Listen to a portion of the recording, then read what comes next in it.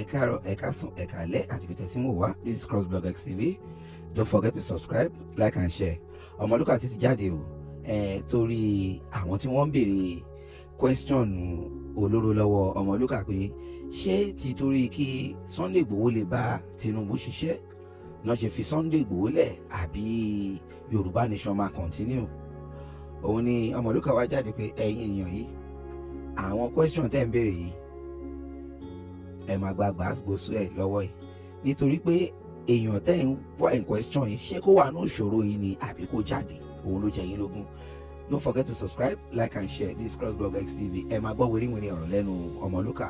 Inú ẹ̀ wá nǹkan fìdílé nǹkan ẹja gbogbo ẹ̀kúnrẹ́rẹ́ ayé yìí lẹ́nu Ọmọlúkà. Ọ̀rọ̀ ọmọ Yorùbá yóò tún ilẹ̀ Yorùbá kò sí bí mi ò ṣe ní ranjú, kò sí bí ò ṣe ní tamí lára. Torí pé kí ni ògo ló yẹ ká jẹ́ fórílẹ̀-èdè Yorùbá, but Nàìjíríà ti mú gbogbo ẹ̀, wọ́n ti pọ́n ìtì ẹ̀, wọ́n ti bàjẹ́, wọ́n ti panẹ́. Táwọn orílẹ̀-èdè tí mò ń dárúkọ fún yín tí wọ́n bá ba ògo àwọn ọ̀dọ́ wọn jẹ́, orílẹ̀-èdè yẹn ò lè débi tó délé ni wọn ò lè jẹ́ tí wọ́n jẹ́ lẹ́nu. Wọn ò lè jẹ́ tí wọ́n jẹ́ o. Kí tó máa lọ ẹ̀jẹ̀ ti iṣẹ́ olóyè sójú ọmọdé yẹn mọ́ fún iṣẹ́ olóyè náà ni mo ti jẹ́ yẹn, ṣùgbọ́n màá wá jẹ́ bó ṣe náà. Ọmọdé yẹn mọ́ ní kí n sọ fún gbogbo yín pátápátá, gbogbo ọ̀dọ́ ilẹ̀ Yorùbá, ṣé ẹ rántí pé ọ̀pọ̀lọpọ̀ nínú yín lẹ tún dìde ogun sí Sunday Igboho? Mo rẹ́ni tó kọjá dé nínú kọ́mẹ́ǹtì, mo fẹ́ fọgbọ́n fún lépè díẹ̀ bọ̀ mo rí pé ẹni mi lè fún lépè. Ó ní provided tí Sunday bọ́ ṣe release Sunday bá olóyè kó lè wá ṣiṣẹ́ fún Tinubu. Mo ní ọpọlọ ẹ̀ ò ṣiṣẹ́. Mo kàn sọ sínú mi ni mi sọ jáde torí inú ẹni yẹn bí mi pẹ̀lú àwọn kọ́mẹ́ǹtì ẹ̀ tí mò ń gbọ́. Nàìjíríà tó ń pariwo tí ò ní pàtì nínú ayé ẹ, Nàìjíríà tó ń pariwo tí o ò lè gbé ilé ayé, ò lè gbé gbèsè ayé ẹ bó o ṣe fẹ́, Nàìjíríà tó ń kú torí ẹ, tó jẹ́ pé ìrìn ẹ gan-an kò sẹ́ni tá a rí ẹ tí ò ní mọ̀ pé ìṣẹ́ ń ṣẹ́ ẹ, kò sẹ́ni tá a rí mi tí ò ní mọ̀ pé mo nílò ìrànlọ́wọ́, mi ò fi pamọ́, ṣùgbọ́n mo jẹ́ kí gbogbo ayé mọ̀ pé Nàìjíríà ló fẹ́ ba ayé wa jẹ́. Ìwọ kàkà kó understand ọkọ̀ ò mọ ìṣòro ẹ pé Nàìjíríà ní ìṣòro ẹ, ẹni tó bá kùnà láti mọ ìṣòro ẹ, irú wọn máa ń pẹ́ nínú ìṣòro tàbí kó kú sínú ìṣòro yẹn. You fail to know your affliction. Nigeria is your affliction. Nigeria is my affliction. Mo ti fẹ́ máa lọ. Ẹ gbọ́ mi, ọmọdé yẹn mo ní kí n sọ fún yín. Wọ́n ní bàbá òun ní bàbá Bọ́lá Ahmed Tinubu ní gbogbo ìgbà lọ́jọ́kọ́jọ́, ó ní bàbá wa ni bàbá wa, bàbá òun. Ọlọ́run dẹ̀ mọ̀ ó ló dáhùn lójú bí ọ̀sẹ̀ pé bàbá wa Tinubu ò lè da ojú ẹ̀ lẹ̀ kí Fúlàní dẹ̀ máa kó wa lẹ́rú, kán máa fìyà jẹ wá, kán dẹ̀ máa gba ilẹ̀ wa lọ́wọ́ wa, káwọn ọkọ̀ báyìí gbogbo inú gbọ́ wa, káwọn èèyàn wa máa lè lọ sóko lọ ṣiṣẹ́, kán máa lè gbìn, kó wá jẹ́ pé àyàfi tí àwọn tá à ń sọ yìí, àyàfi tí wọ́n bá kó oúnjẹ wá fún wa ká tó lè jẹun. Ó lóun mọ̀ ìgbẹ́ Tinubu, inú Tinubu ò lè dùn sí o. Àsìkò ti tó kẹ́ jẹ́ ká jọ fọwọ́sowọ́pọ̀ pé òun ti padà dé. Ẹ gúrùpù ara yín, ẹ send message wá wá bá yín ṣèpàdé. Ká fọwọ́ wa sowọ́pọ̀ lásìkò yìí, kẹ́ jẹ́ káwa náà lórúkọ tó dáa, káwọn ọmọ wa lè rí nǹkan dáadáa sọ nípa wa lọ́la. À ń sọ nípa Awólọ́wọ̀,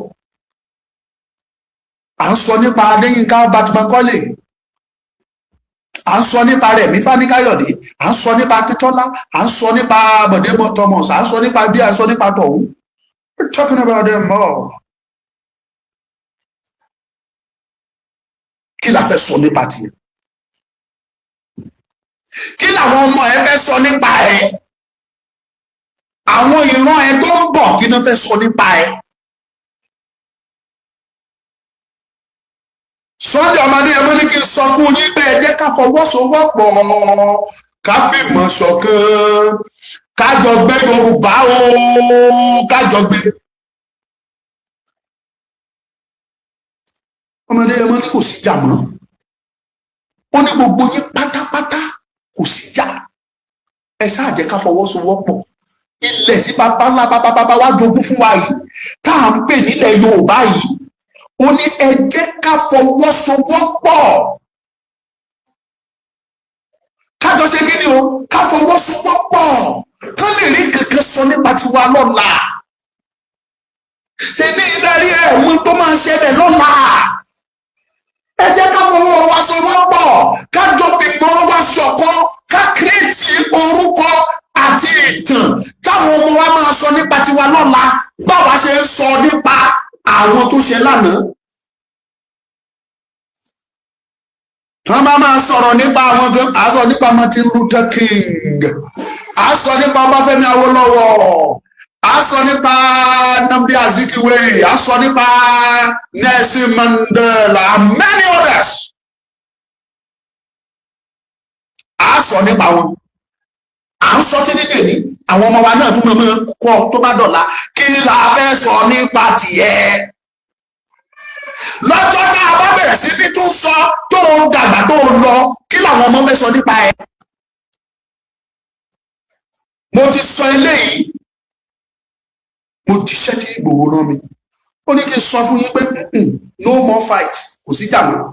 Tinubu bàbá wa ni, ṣùgbọ́n Tinubu ò ní la ojú ẹ̀ sílẹ̀ kí Fúlàní máa bù wá, kó máa tẹ̀ wá, kó máa fagídí bá àwọn ọmọ wa sùn, kó máa fagídí bá àwọn àbúrò wa, àwọn ẹ̀gbọ́n wa, àwọn ìyá wa, kó máa bá wọn sùn.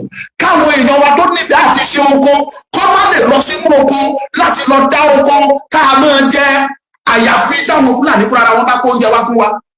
ìmọ̀dé kí Fúlàní máa sọ fún wa pé táwọn ò bá bọ́ wa bá ní jẹun bá ní jẹun, torí àwọn lákó ti wá fún wa, àwọn lákó ìgbá, àwọn lákó ẹ̀wà, àwọn lákó ráìsì, àwọn lákó gbogbo nǹkan wá fún wa.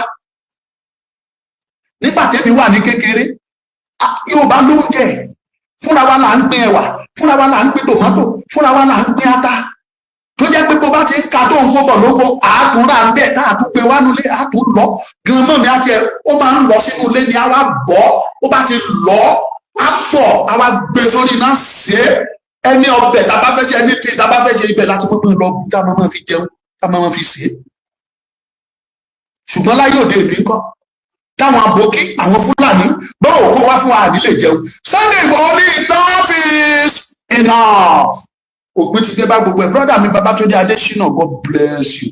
tẹ́ ẹ bá lè rí àmì ṣe, gbogbo ogun tó lóhùn ní gbọ́ tó lóhùn ní gbà lórí ayé yín, iná agbára Ọlọ́run máa jó dànù. kí lè nǹkan tẹ̀ ń là kọjá tó dàbí pé ẹ ti wá ọ̀nà àbáyọ ṣùgbọ́n tí ẹ ti rí ọ̀nà àbáyọ, ẹ ti pàdé wòlíì yín ló fà, ṣùgbọ́n arán mi sí ọ lónìí dádì, arán mi sí ọ lónìí mọ́mì. Olúwa lòun fẹ́ ṣe nǹkan ńlá nínú ayé yín. Olúwa sọ wípé gbogbo tẹ̀ ń là kọjá yẹn òun fẹ́ fi òpin sí.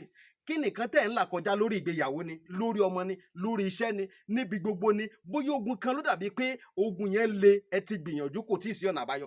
ẹ jẹ́ àjọ gbàdúrà, ẹ jẹ́ àjọ wá ojú Olúwa, kí làṣírí ogun yẹn gangan, ẹ jẹ́ àjọ wádìí lọ́wọ́ Ọlọ́run ká dẹ̀ mọ ọ̀nà àbáyọ.